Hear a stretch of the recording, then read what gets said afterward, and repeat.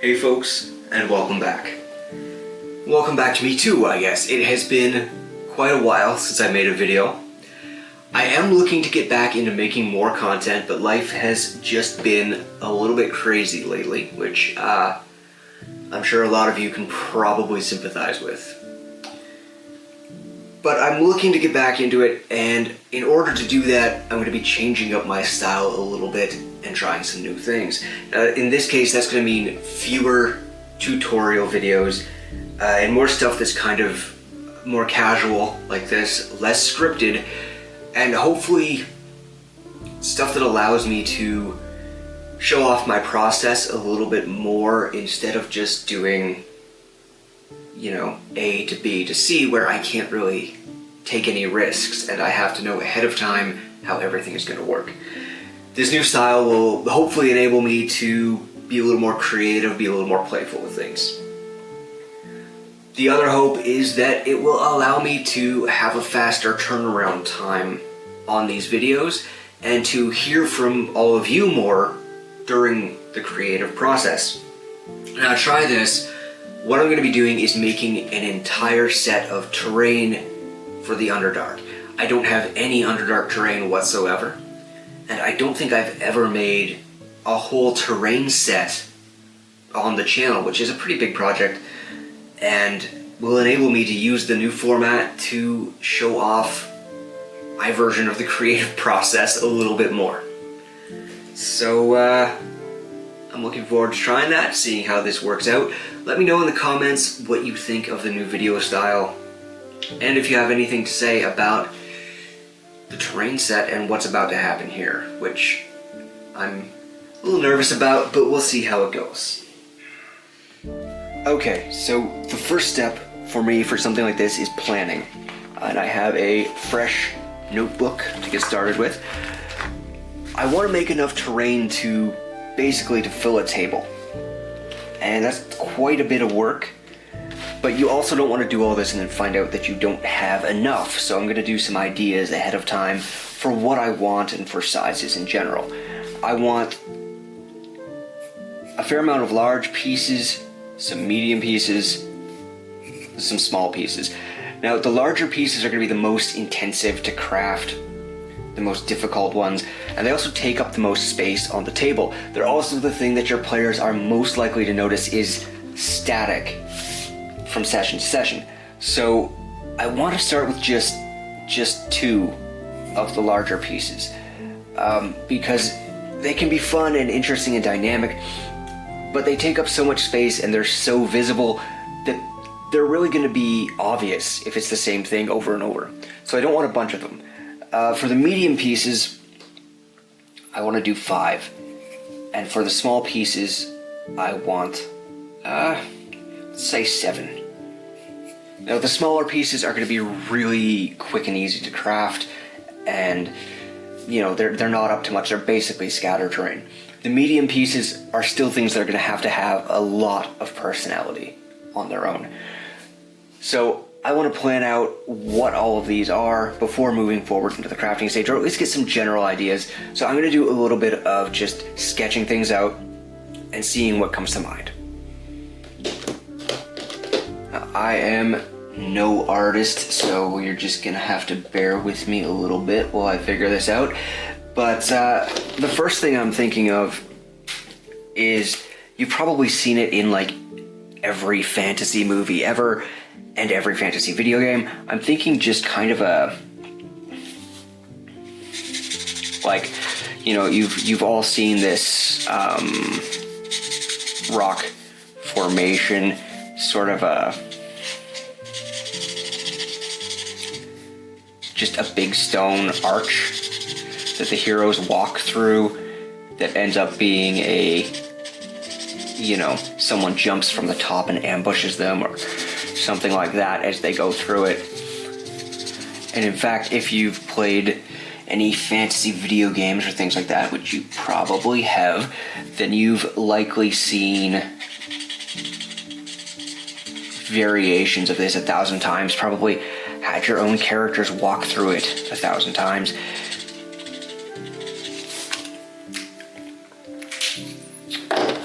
And I'm thinking that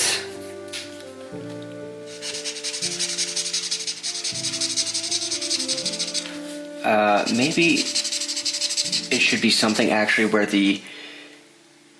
should be traversable. Like there should be a way up onto the top of it to fight over it as well and make it multi-purpose that way. Yeah, I definitely think that this should actually be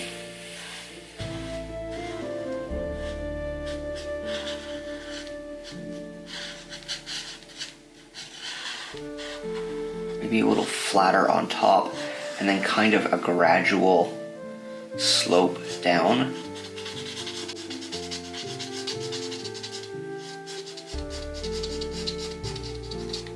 So that maybe even some steps, you know, built into it so that characters can fight their way up like a ramp, fight on top of it, as well as passing in between it. So that's going to have to be one of the really large pieces of terrain.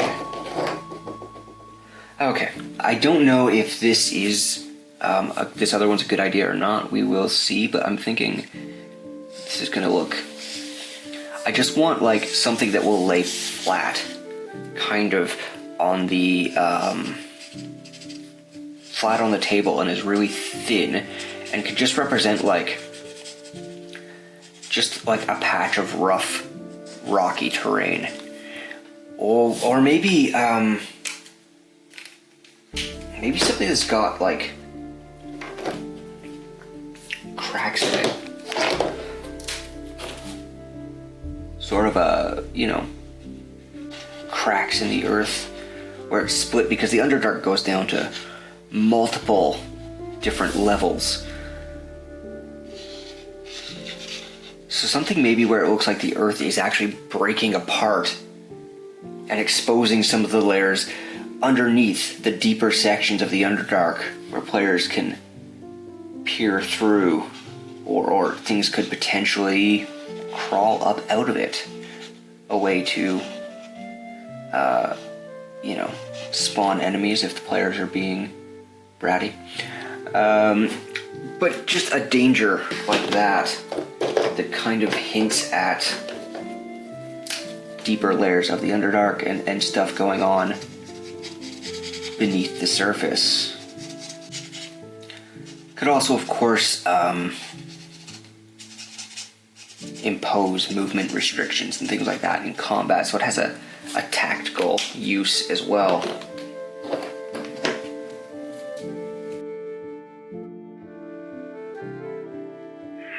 So something a little bit like this, I'm thinking with these kind of, I don't know if I'll do this or not, but if I had these rocky barriers kind of on two sides of it, on the two narrower sides, then it could also act as an impediment to movement, just to make tactics more difficult. Maybe those can act as cover for ranged fighters as well. But if you're going to use it as rough terrain, it's got to be fairly significant in size. So I'm thinking like 9 inches. Okay, and you know, part of doing this live instead of with a bunch of cuts in between is you also get to see my studio lights go out. So that's fun. But I'm thinking about 9 inches in length that way, and maybe like, I don't know, like 4 to 5 inches across, maybe less. That way, it's a pretty significantly sized piece of terrain. It can take up a good chunk of the table without being completely obtrusive. I'm gonna go fix my lights. Okay, so for the very smallest scatter pieces, I'm mostly thinking it's gonna be like collections of stalagmites, basically.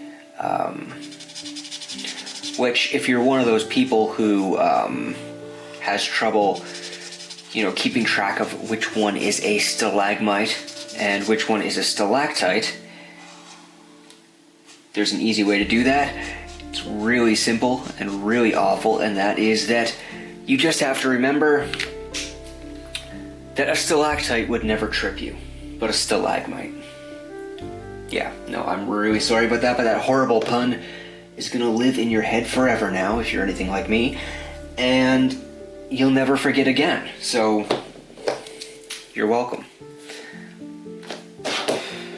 Yeah, so our small terrain is gonna be just basically a bunch of little rock formations, and we will do other things with those, add plants, mushrooms, spiders, maybe some dropped treasure.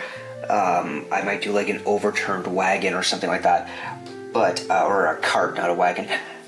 But basically, it's going to be just small bits of rock that can be scattered around, used for cover, and used to break up line of sight, things like that. And that'll cover the majority of the small terrain, which leaves us 5 medium terrain pieces, which all have to be actual points of interest. So for these last 5 pieces, I really want to kind of show off the ecology and the biodiversity of the Underdark.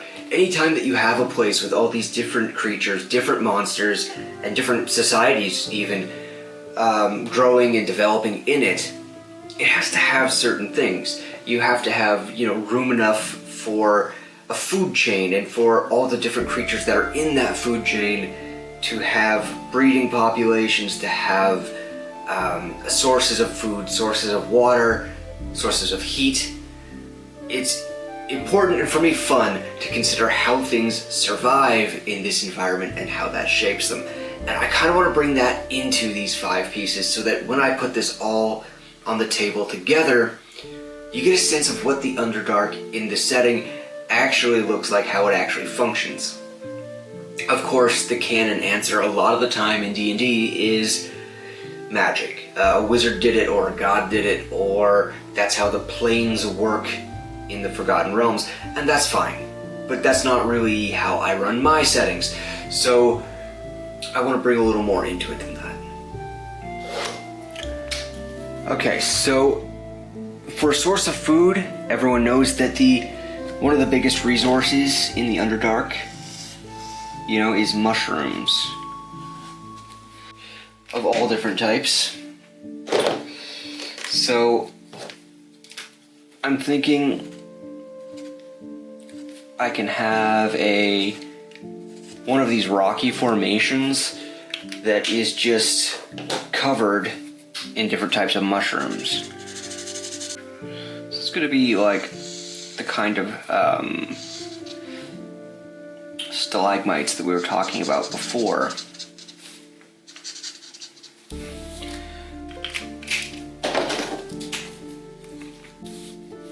But instead of just being, a big chunky rocky formation, it's also going to have just a ton of mushrooms. I know that a lot of the times in the different portrayals of the Underdark, the mushrooms are, glow in the dark, that kind of thing. And so I think that could be the way to go there. Just give it a lot of color, a lot of different textures. And if you've seen, mushrooms of different types in real life, a lot of the time they have some pretty crazy colors and textures going on as well. So I want to do a big mushroom fungus covered piece for one of them for sure. For another one, I'm actually thinking like just kind of an underground pond. This would sit flat on the surface of the table and would just be sort of, we could include a few mushrooms in this as well, but I think what I want to do with it is give it more of a feeling of almost being like an Underdark fishing hole. Like maybe even get some albino fish and put those in the water, have different plants growing out of it, give it a feeling of life in the Underdark, because that is something that is often missing in those portrayals. Okay, you can kind of see there. So I leaned into the idea of like a bioluminescent fishing hole, basically, which I've never heard of something like that in the Underdark, but the idea tickles me, so I might go with that.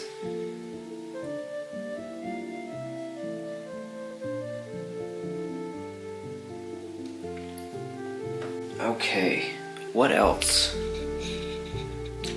Alright, like I discussed on one of the larger pieces, I like the idea that the Underdark just goes in so deep into the earth, and that you can sometimes get glimpses down into the darker parts of it. So I'm thinking one of them should be literally just like a hole into the earth that has kind of glimpses down into it of increasingly deep layers of the Underdark, where you can still see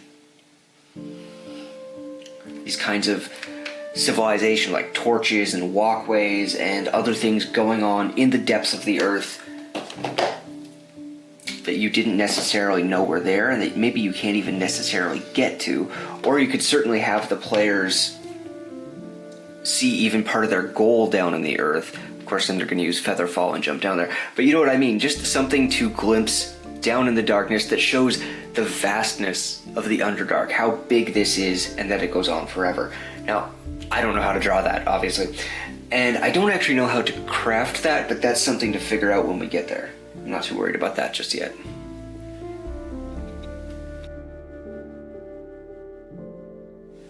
So this gives us a lot of sources of food, of water, of things that, different creatures can eat the mushrooms can have different effects, and then, the societies that live under there, they eat the creatures that eat the mushrooms, and so on.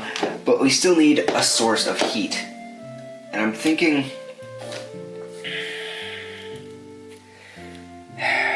this would lay flat again, so I'm not sure about this, because it's not going to give us a lot of height in the terrain.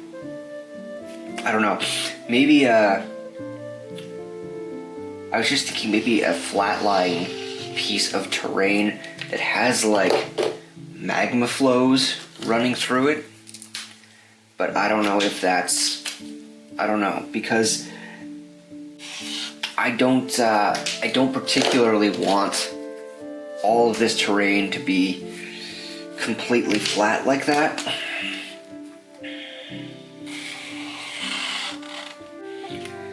This feels like it would make for a not very interesting board if I did it that way. Yeah. You could do that, but I don't know. I'll have to think about that one. I'm not sure I like that. Okay, I'm kind of thinking... for the next one, I'm kind of thinking I don't know, there needs to be like a source of economy as well. If creatures are living down there, societies rather, are living down there and trading and living out their whole existence in these caves, then there needs to be a way for them to trade, to make money, to take things both to the surface world and in their own societies to have value. I'm thinking maybe kind of like almost like a geode. Not quite, but I want like a cracked surface in a rock that is exposed to show all kinds of glittering gems.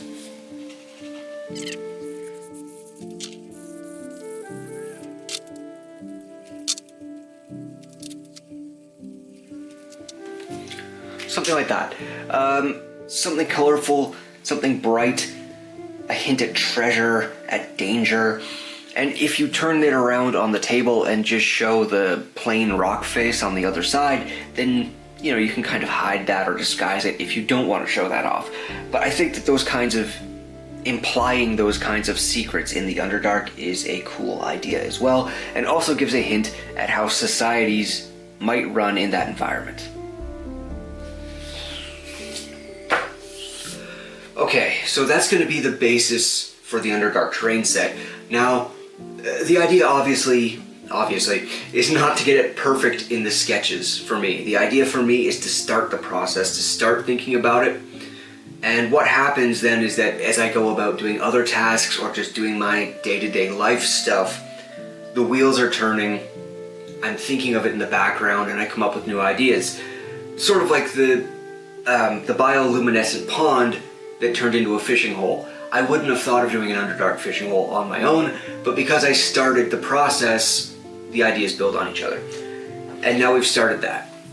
So if you have any ideas of how to build on this, other things you think would be cool or that you would like to see added, let me know in the comments. Other than that, I think I will start building in the next video. Thanks for watching.